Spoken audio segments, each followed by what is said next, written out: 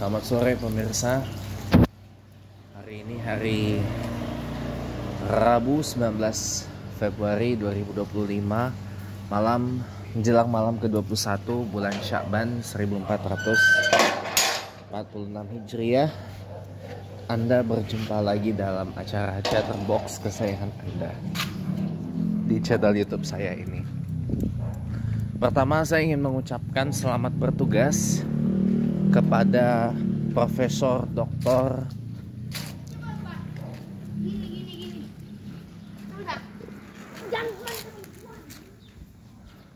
Budi Yuliarto,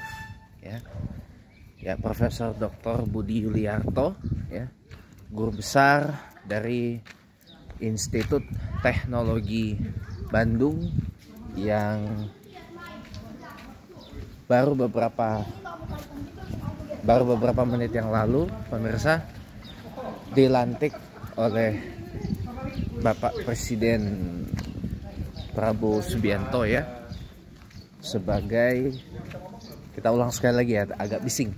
Jadi selamat dan sukses, selamat bertugas kepada Profesor Budi Yuliarto, guru besar dari Institut Teknologi Bandung, yang beberapa menit yang lalu dilantik oleh Bapak Presiden Prabowo Subianto sebagai Menteri Pendidikan Tinggi, Sains dan Teknologi Republik Indonesia atau Mendikti Saintek RI untuk sisa masa jabatan 2024-2029, menggantikan Profesor Satrio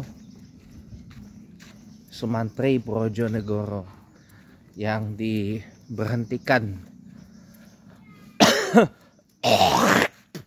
imbas dari ada satu polemik lah yang menyeret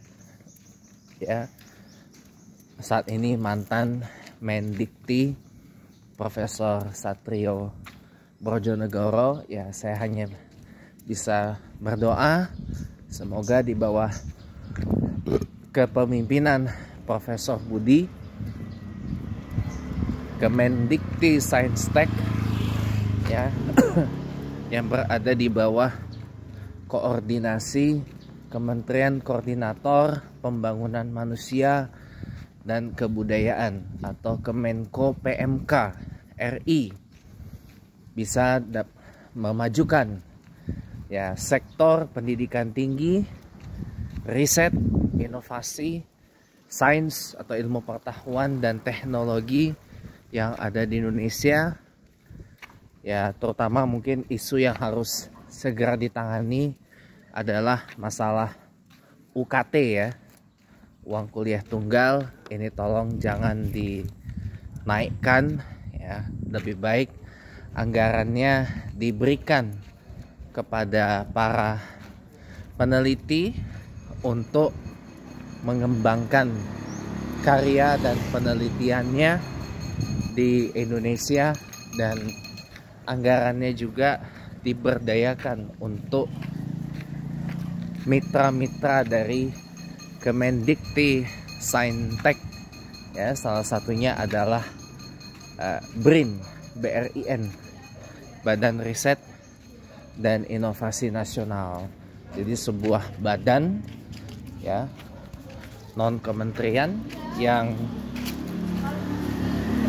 dibentuk pada tahun 2021 oleh mantan Presiden Bapak Joko Widodo sebagai konsolidasi dari 4 lembaga yang berkaitan dengan riset, inovasi, ilmu pengetahuan dan teknologi, yaitu ada 8 lembaga penerbangan dan antariksa nasional, ada BPPT, Badan Pengkajian dan Penerapan Teknologi, ada LIPI, Lembaga Ilmu Pengetahuan Indonesia, dan ada satu lagi tuh ada 4 yang dilebur, BPPT, 8 LIPI, satu lagi tuh ada nih ibu-ibu gegibah nih, bising kali bah.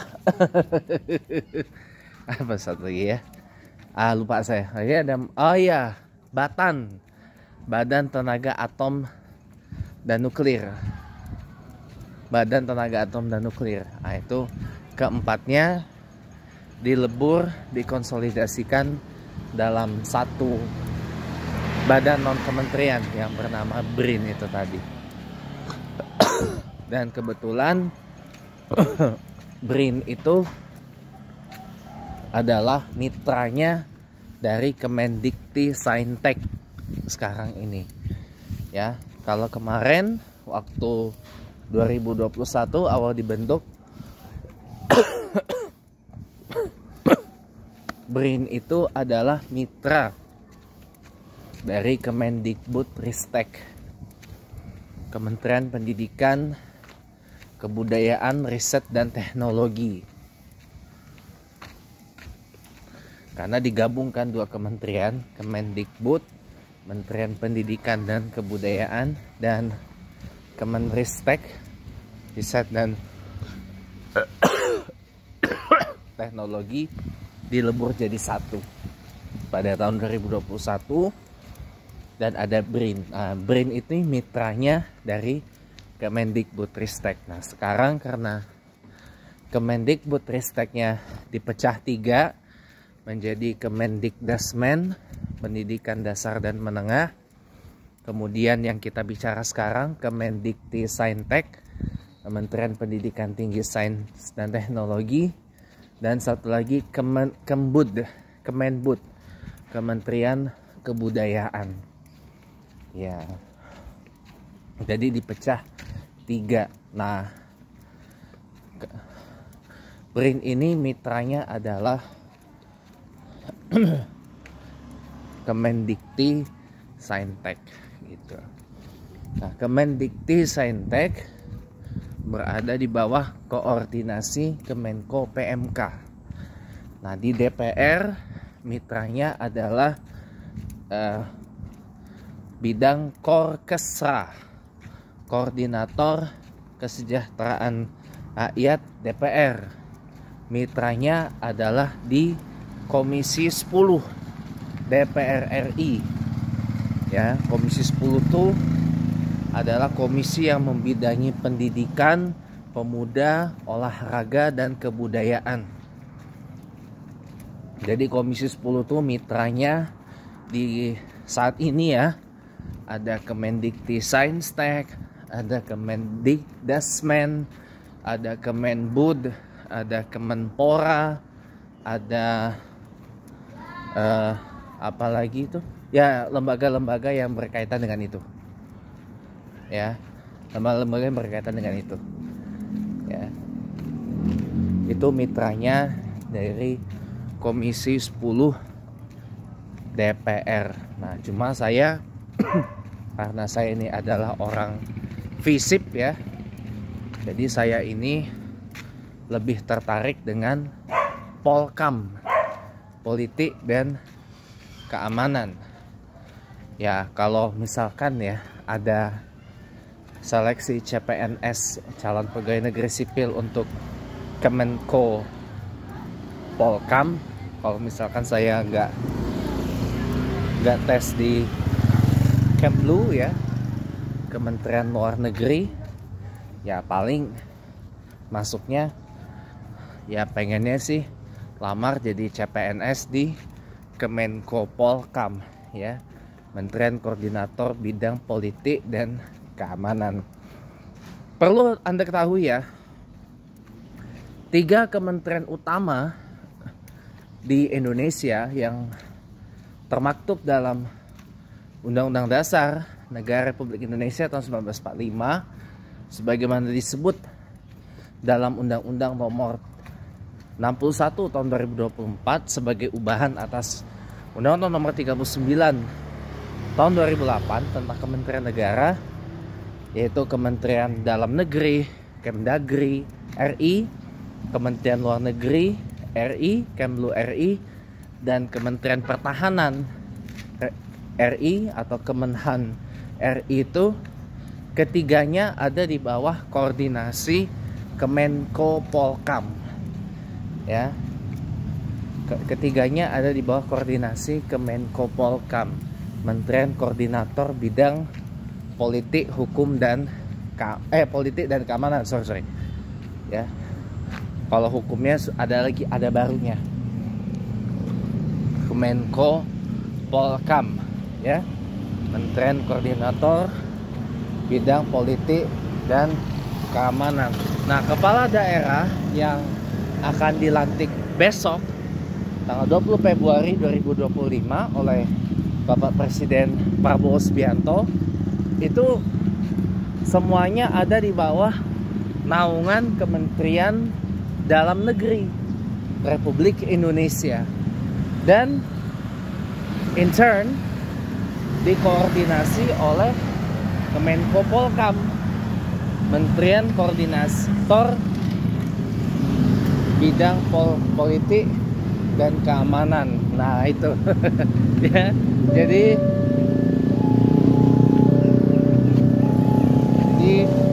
aduh mak, ada bocah kencing cong, ada bocah kencing sembarangan, asli dah.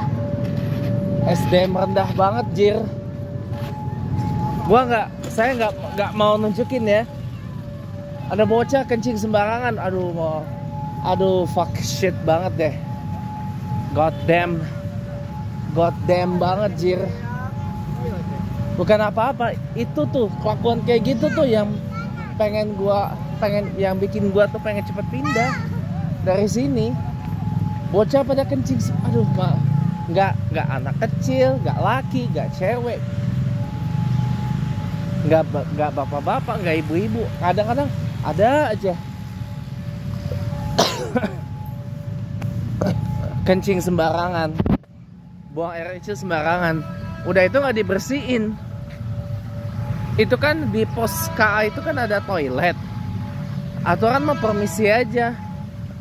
Numpang buang air kecil, kan emang kencing di pohon seperti itu. Aduh, ya gua jijik banget liatnya, asli.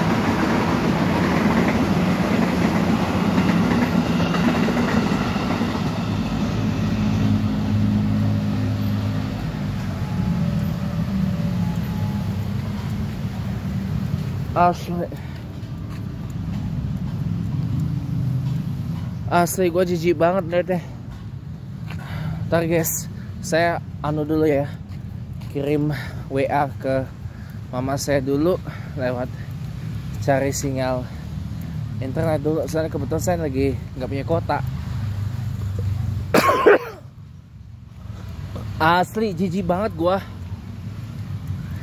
lihat bocah kencing sembarang. Nggak cuma bocah sih, ya bapak-bapak, ibu-ibu, pokoknya orang yang kencing sembarangan itu, aduh, lebih dari bajingan deh bagi gua. Bagi saya orang yang kencing sembarangan tuh lebih dari sekedar bajingan menurut saya.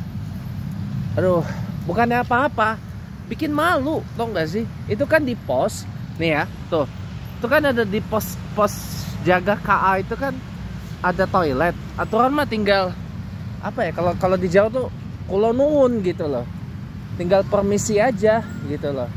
Permisi mas, mau buang air kecil, mau kencing gitu kan, numpang kencing ya, pasti dikasih loh, pasti dikasih kok, asal ya kita kulo nuwun gitu loh, kulo nuwun permisi gitu loh. Orang kamera depan, kalau kamera belakang dong, asal kulo nuwun. Enggak, bukannya apa-apa, kencing di sini bawa pesingnya tuh kemana-mana, tau gak? Ntar ya, saya cari sinyal internet dulu karena tadi kirim WA ke mama, kirim berita tadi apa, reshuffle Kabinet Merah Putih part 1. Ini mudah-mudahan udah sampai nih ya, reshuffle Kabinet Merah Putih part 1. Ini mudah-mudahan aja udah sampai ya. Tapi kalau ini, aduh, mesti Di pos dulu deh. Di pos paling ya itulah, pokoknya udah sampai lah insyaallah. Mudah-mudahan sampai lah insyaallah. Ya. Mudah-mudahan sampai.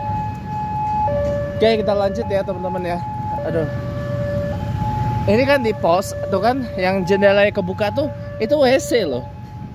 Tinggal permisi aja ke yang jaga sini gitu loh. Tinggal apa ya? Kulo nuwun gitu loh. Tinggal permisi aja. Mas numpang kencing ya gitu. Pasti dikasih kok.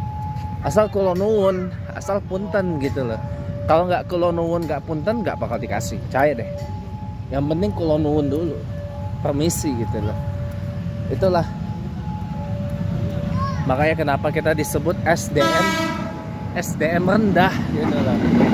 Mau kencing aja sembarangan. Capek, tau gak? Capek gitu loh.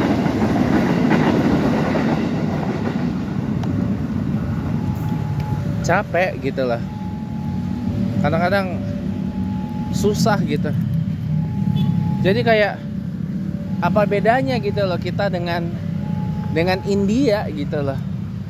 Di India kalau Anda jalan ke Delhi, ke Mumbai, aduh, gampang banget nyium spot-spot yang pesingnya kemana-mana. Kenapa? Orang sana banyak yang kencing sembarangan.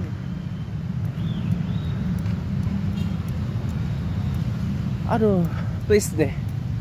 Aduh, apa bedanya kita dengan India kalau kayak gitu? Di India juga orang berak sembarangan.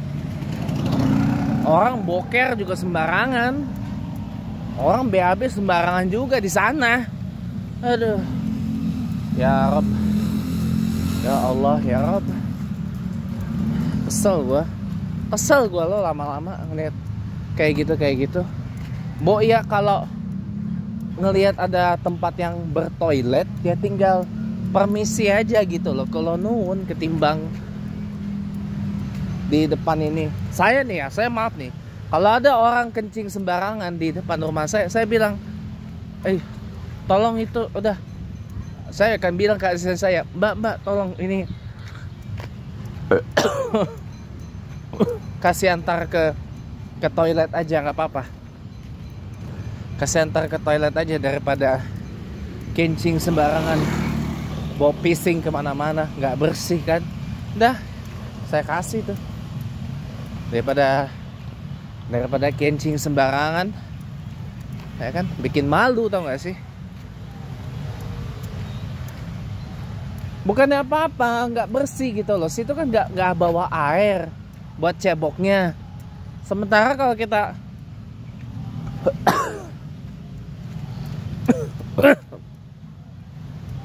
buang air kecil, nggak cebok gitu ya, potensi kena siksa kubur tau gak sih? Ya Allah. Makanya please deh, berhenti gitu loh kencing sembarangan, please. Gak cuma saya yang jijik, orang lain pun juga jijik, geli tau gak? Jangan denial deh, please. Berhenti denial, berhenti ngeyel gitu loh. Kalau ada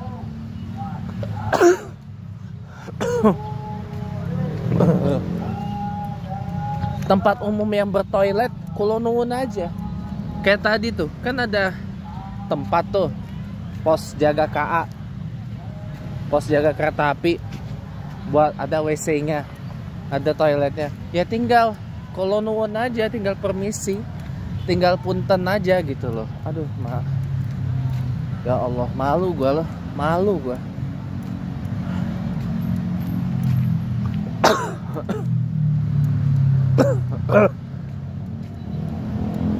Gua nggak habis pikir.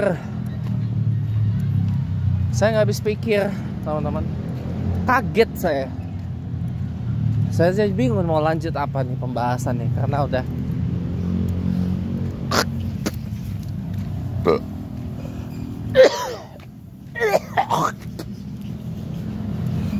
terdistraksi tadi oleh bocah kencing sembarangan. Malu tau gak sih? Malu banget. Ya, malu banget lah. Mbok ya mikir atuh. Mbok ya mikir atuh, ya. Ya kan? Mbok pesing kemana? Nih ya, saya aja nih. Kalau kebelet kencing ya, saya pasti cari kalau nggak masjid, musola terdekat buat buang air kecil. Gitu loh. Atau paling nggak saya cari Indomaret atau Alfamaret yang ada WC-nya. Pasti. Karena kalau nggak repot. Gitu loh. Ya itulah teman-teman ya.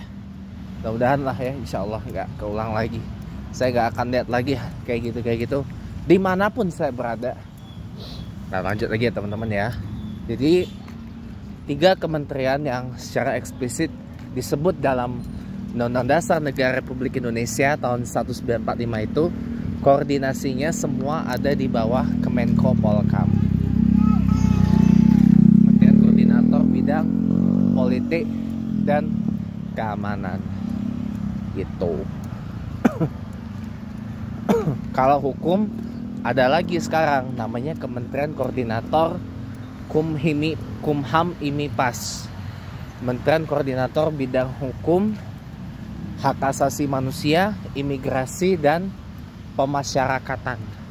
Nah, ini sebenarnya adalah peningkatan status dari Kemenkumham sebelumnya. Kementerian Hukum dan Hak Asasi Manusia. Nah, ini mengkoordinasi kementerian-kementerian yang tadinya bernama Kemenkumham bersama Ditjen di bawahnya. Sekarang jadi mengkoordinasi Kemenkum, Kementerian Hukum, Kementerian Hak Asasi Manusia atau Kemenham, dan Kementerian Imigrasi dan Pemasyarakatan atau Kemenimipas. Ya, yang dulu adalah 2 Ditjen yang terpisah di bawah Kemenkumham. Ditjen Imigrasi dan Ditjen PAS atau Ditjen Pemasyarakatan. Kalau Kementerian HAM ini adalah elevasi dari Ditjen HAM di Kemenkumham. Walaupun di zaman Gus Dur ada Kementerian HAM tersendiri yang tidak berada di bawah Kemenkim atau Depkim waktu itu, Departemen Kehakiman itu. Gitu. Nah, kalau Kemenko Kumham, Imipas dan kementerian yang dikoordinir yaitu Kemenkum, Kemenham, Kemenimipas itu di DPR juga ada di bawah mitra Korpolkam. Korpolkam DPR yang mitranya itu adalah Komisi 3. Komisi 3 DPR. Itu komisi hukum. Nah, khusus Kemenham ya, itu ada di komisi baru. Komisi 13 DPR. Ya. Itu salah satu mitra dari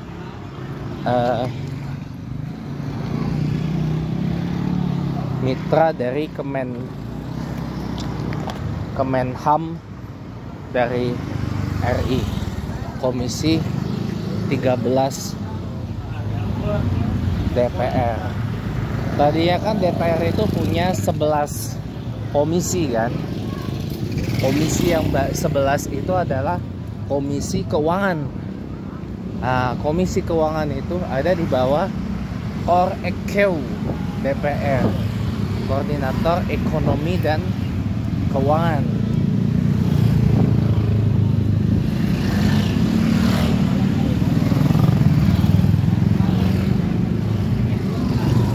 Nah, kalau mitranya Korekeu, Ekonomi Keuangan DPR itu ada Kemenko Ekonomi, Kementerian Koordinator Perekonomian.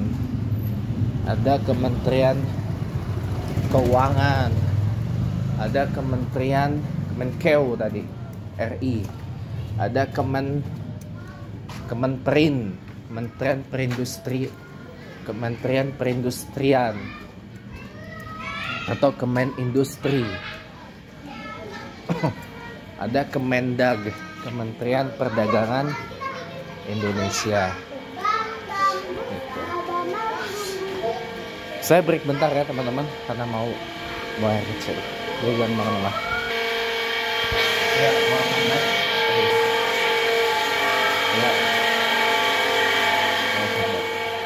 Jadi tadi kan kita lanjut ke mitranya Korekeu DPR. Tadi sudah kan ada Kemenkeu, ada Kemenindustri, ada Kemendag, ya, Kementerian Perdagangan, ada Kementerian BUMN dan Usaha Milik Negara, ada Kementerian Investasi dan Hilirisasi BKPM,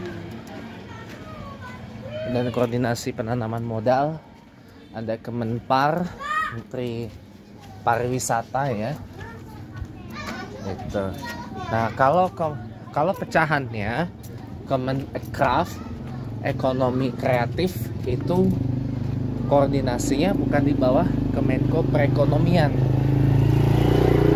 Tapi memang gini ya teman-teman ya, saya juga concern dengan ini, karena salah satu dari tuntutan Indonesia gelap itu adalah di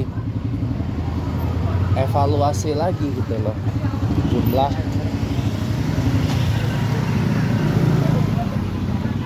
jumlah menteri dan wakil menteri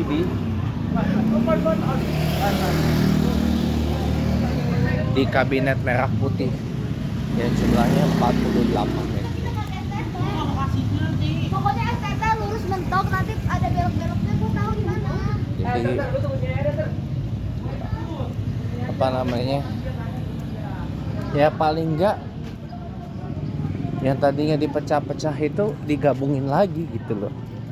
Apa salahnya? Gitu. Kayak apa, Kemenko PMK itu kan dipecah jadi dua. Satu Kemenko PMK sendiri, satu lagi Kemenko Pemas, Pemberdayaan Masyarakat, yang mengkoordinir Mensos, Kementerian Sosial, Kemenekraf, Ekonomi Kreatif, kemudian Kemendes, PDT, Kementerian Desa, Pembangunan Daerah Tertinggal, terus Kementrans, Kementerian Transmigrasi, itu ada di bawah Kemenko Pemas, Pemberdayaan Masyarakat gitu loh. Tuh buat apa? Buat pengetahuan teman-teman semua ya. Jadi yang saya selalu sampaikan ya, pemerintahan Presiden Prabowo ini memecah kementerian itu di dua bidang, dua bidang. Pendidikan tadi sudah ada 3, dan hukum tadi sudah. Jadi pecah menjadi 3 kementerian yang berbeda. Kemenko-nya aja juga nambah, dari yang tadinya 4 jadi 7 ya.